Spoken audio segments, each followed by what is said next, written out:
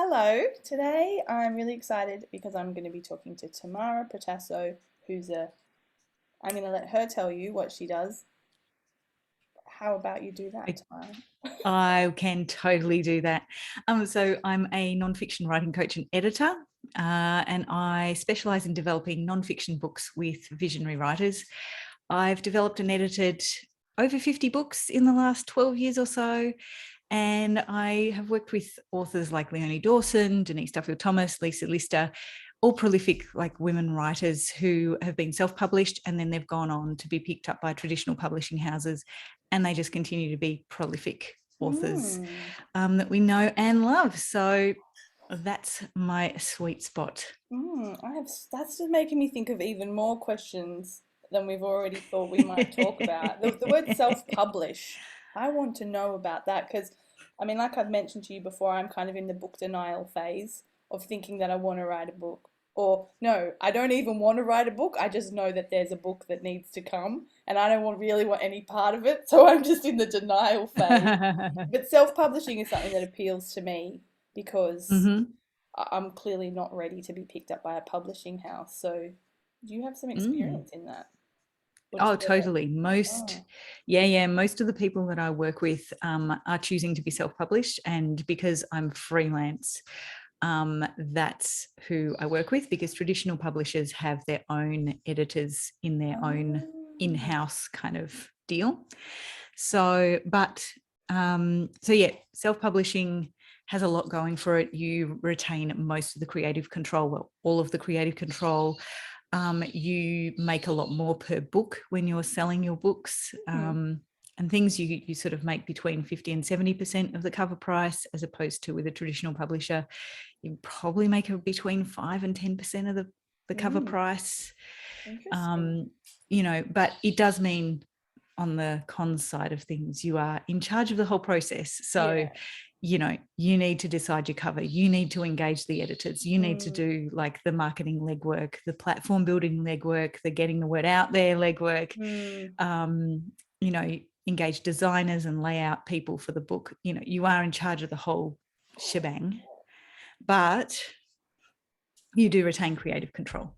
So, Mm. you know, That's there's a lot to be so said for that. different. And Yeah. there's not the stigma that there used to be about self-publishing either. No. There used to be a bit of, oh, you're just self-publishing because no one would pick you up, kind of kind of thing, Oh. which is really, it's a bit rude, but it has just been such a rise in easy ways to self-publish, Yeah. and just people just love having that control over the Hmm. process. And also, you don't want to be making a pittance per book. Yeah, I guess a book is that kind of thing. Like, I know a lot of people who I've worked with, the book feels like this kudos, or it's something very tangible. It's kind of like a lead magnet that people pay for. It's a good Mm. positioning instrument. What do you think? Obviously Yeah, you yeah, write books. absolutely. Yeah, yeah. A lot of the people that I work with actually do write a book. Sort of, it's kind of like a beefed up business card. Mm, There's a lot of that, and that's fine. Like, they've got something to say, and mm, it's like when they work with me, we make it really useful to their reader as well. So it's not just kind of this, hey, look at me, I'm an author. It's yeah. like, sure, I'm an author, but I'm also really useful, and I know exactly what's happening for you and how to Mm, help you. mm, So it's really about getting that service out there. um, and yeah, people do use them as business cards. It was a lot more prevalent a few years ago. I think that the people I work with have shifted, and as I've gotten more clear on what I do, mm. um, so they do. Now I work with people who, yes, they want to get a book out there because it will help them, but it's also because they have a greater purpose. They're serving somebody, and they really need to get what they've got inside them out there to help more people. Yeah, and you mentioned visionaries. So, Mm. is it service-based women? What kind of women? Like they're coaches, or Leonie. Yeah, you tell me. Yeah, so they're women who are here and have found that they actually have something quite big to do in the world. Mm, And you might not start off that way. Okay, like a lot of people sort of go, oh, but who am I to kind of I can't change the world. Mm. It's like no one starts out going, I am going to change the world. You know, Yeah. you kind of pick up those little creative clues along the way. And if you've got that nudge to write a book, then I've always thought of it as someone out there needs to hear what you've got to say. And they're out there wishing for an answer. They're out there in some kind of difficult spot, whether that's some kind of inner pain or they've got something they're worried about. And, you know, some part of them is just going, oh, I really wish I wish someone could help me. I just need some help with this. And I feel like that functions as a little bit of a wish out to, you know, the universe, the management, whatever you want to call it, to get someone on the case. So if you've got that nudge to write the book, then you're the one who's on the case, you know, and you need to write it, because otherwise people will actually, if they need to hear it the way that you would put it and you're not doing it, then they kind of go hungry. And that's not something I like to think about. Yeah. I mean, and that's the thing, isn't it? I mean, I learnt that through doing Wuthering Heights a few years ago, where we were all doing the same choreo, and I was really self-conscious about performing. And our group leader sort of split the group, and we look, you know, so I was in the group. I can't remember if I performed or I think I danced first, and everyone watched me, and I just felt like it was a horror show. And then when it was my turn to watch everybody else, I just cried the whole time pretty much, because each woman brought their essence to it, and each one did it slightly differently, but each one was so perfect in its own way. And that's where I really, that was a huge epiphany for me in terms of, oh, it doesn't matter if I do it like her, it doesn't matter if I look like her or not. That's not the point. The point is that the way I do it is so moving to somebody. And I think that's the thing, isn't it? Totally. So yeah, 100% that, because so many people are like, oh, but it's been written about before. And I'm like, yes, but not with your voice, not the way that you think about it, not the way that, you know, you would express it. And someone who is attracted to the way you express it isn't going to pick up a book the way someone else expresses it. Or they might be one of those people who really need to read a lot on a subject before they're comfortable like making some kind of change. And yours might be just that little book that tips the balance and helps them get somewhere. I mean, You know, definitely for so me in my industry, that's a huge part of my book denial is like in the marketing industry. Well, I mean, really, why would anyone bother? Because no one's going to say, I don't know if I could possibly say anything different.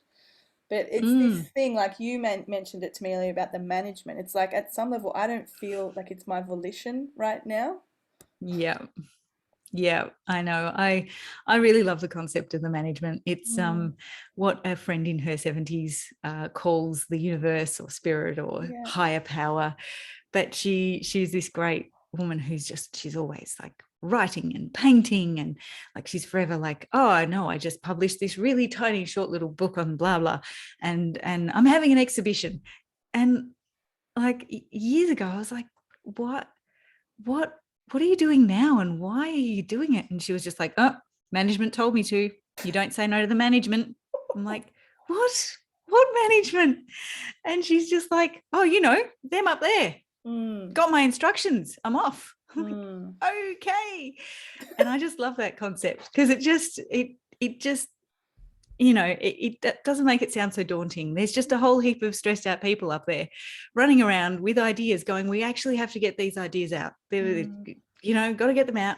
Who's doing it? I don't know, that person. All right, you know, send them down. Yeah. And what I love is that because we have free will, you actually get to choose. You get to go, oh, I don't think so. Yeah. And you get to send the idea back, or you get to go, oh no, oh, okay. or you could be joyful about it if you really want, which is lovely. But a lot of the time with books, it's people are a bit daunted because books are big projects. It does, you know, feel there's like not really any getting around that. Yeah. I mean, hearing you say that reminds me of Big Magic, and that was a huge insight for me of like, yeah, the ideas just need to come through. And if it comes to you, you do have the option to pass. I mean, I've had to say to my girlfriend, look, you actually can't. She's got 2 dogs, 3 kids, 3 properties, her partner's got a business. I'm like, dude, you actually can say no to that idea. It just wants to be born. but you don't have to do it. Like if that's what I learned from that Elizabeth Gilbert book. It's like if you can't actually do it, it's proper service. You should probably let it go and just go, you're beautiful. I'm not the girl. Yeah. And yeah, I talk a lot about Elizabeth Gilbert, Saint Liz, with her book Big Magic, and how the ideas work in there. And it's totally like that. Like, you know, it can be hard to let an idea go because you feel a bit special because, you know, you've been chosen by an idea.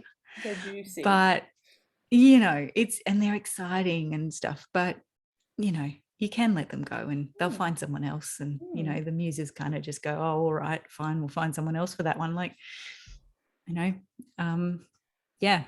Do you think the management and the muse are separate? No, I don't think so at all. I think that I think muses sort of are like they filter stuff down. Management goes, okay, these are the ideas, and muses are kind of given them and are like, right, you have that, you have that, you have that. It's kind of like the doling out sort of system. And, you know, if you do have an idea that you want to work with, you can connect to your muse and actually kind of get some help, direction, you know, clarification of stuff.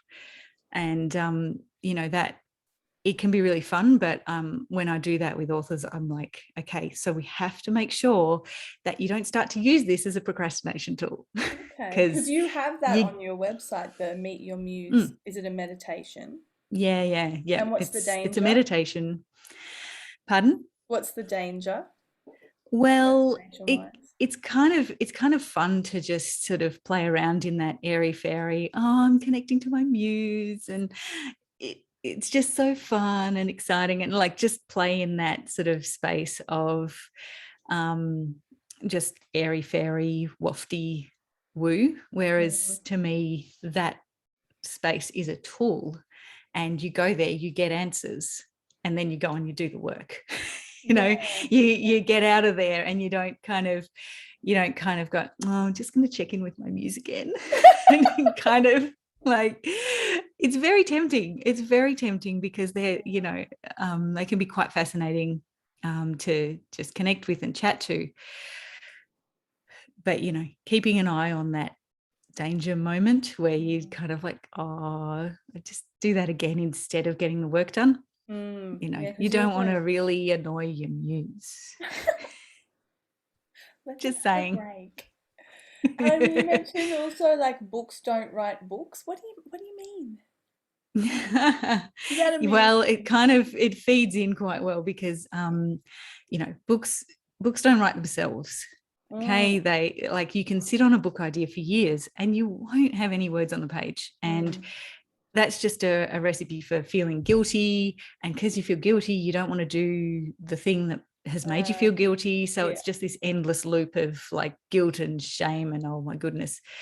So, you know, people write books. You, like actual humans like you and me, like somehow get a manuscript out.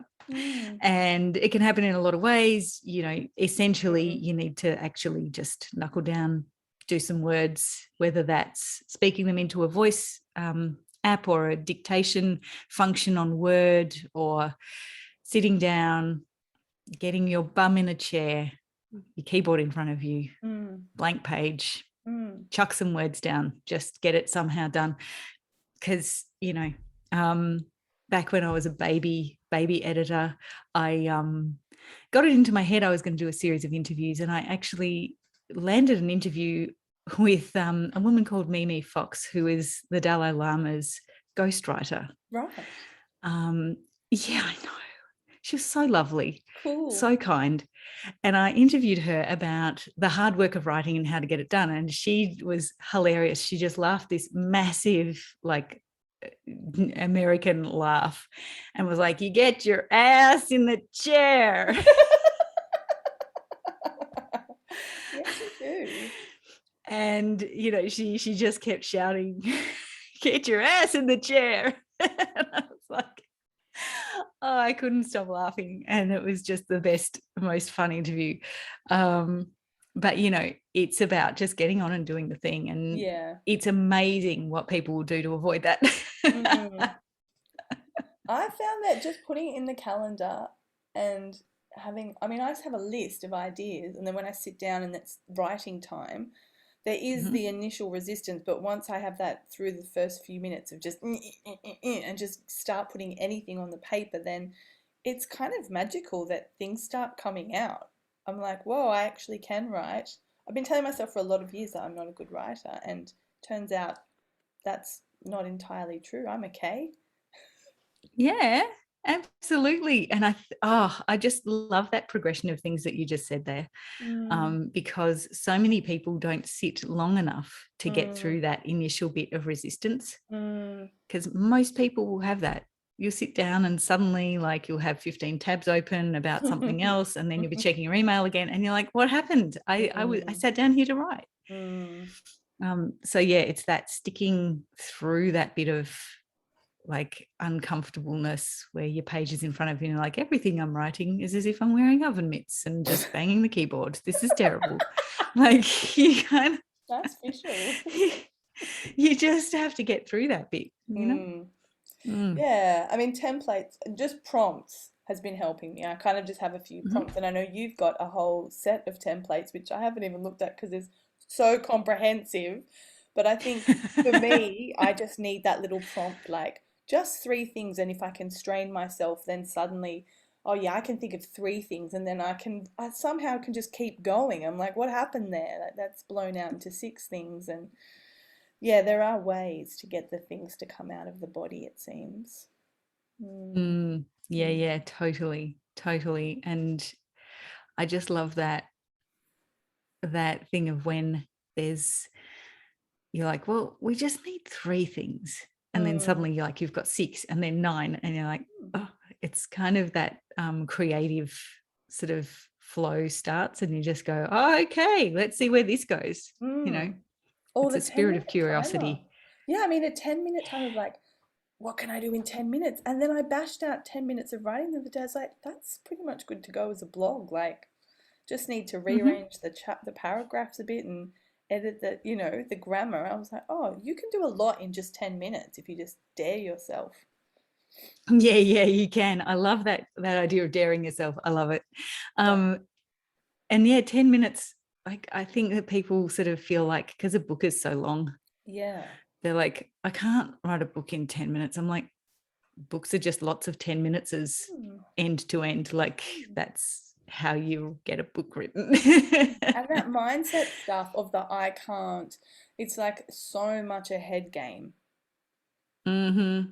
Massive head game. I spend a lot of time um, sorting out the mindset Mm, because people come to me and they've either had an idea for years and years and years and haven't done it, or they've mm, started and they've stalled so many mm, times that they can't quite see their way out mm, yet.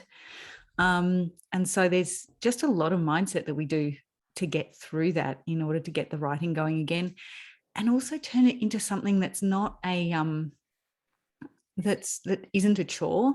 So we mm, try and get writing to be something that feels good, mm. because then you want to do more of it. Yeah. So it's kind of like once you've had a few sessions where you're like, oh, it just worked and it's flowing and I'm okay. I didn't And that die. was nice. Yeah. I wrote for 10 minutes and did not die. Amazing. Like, um, but you want to do more of what you love and Mm, what feels good. So we try and get it to feel good.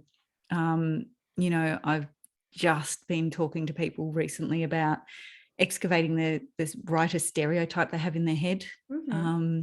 Because that's very different. If it's very different from who you are as a person, then you're going to have an issue writing. So when I first thought of doing this, it was years back. It was probably about 8, 9, maybe even 10 years ago.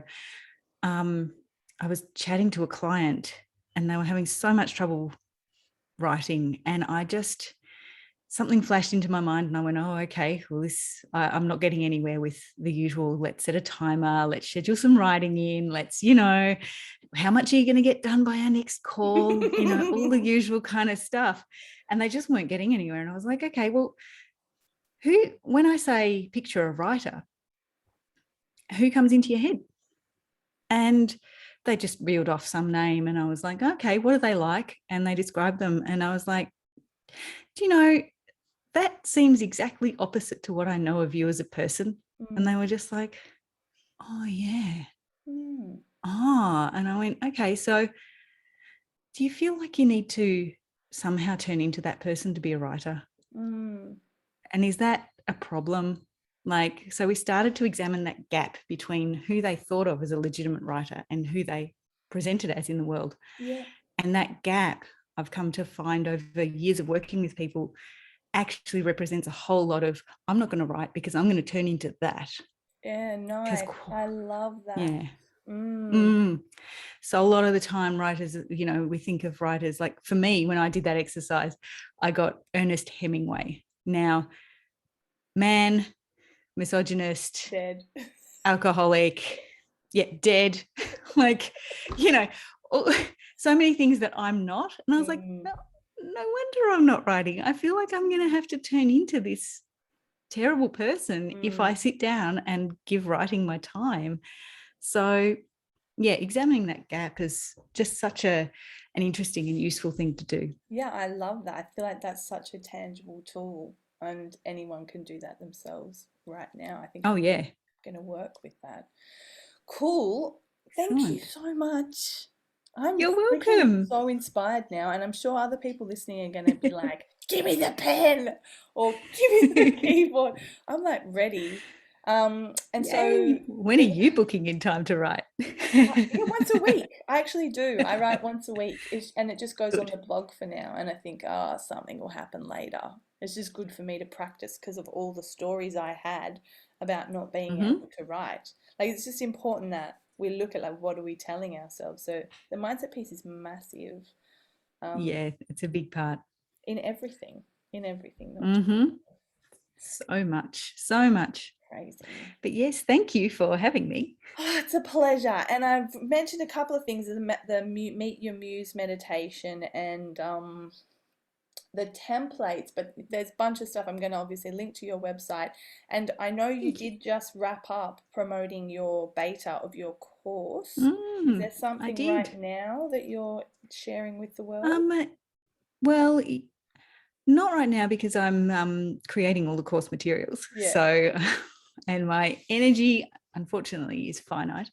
But I do have a waiting list for the next round of the Book Right Now course. And so if you I'll pop you the link, and if you go there, you can stick your name down for the next round of that course. Bravo. And, you'll be told when it's happening and all of that stuff. Awesome. Yeah. And there's a really fun quiz as well. The That's right, the author archetype quiz. Yeah, so there's heaps. I'll link to everything there, and everyone can just find you in the vortex. Thanks so much. Thank you so much, lovely. And of course, my lovely website is built by you. Oh yeah, we had fun. Yeah, we had fun. Yeah. It's pretty. Yeah.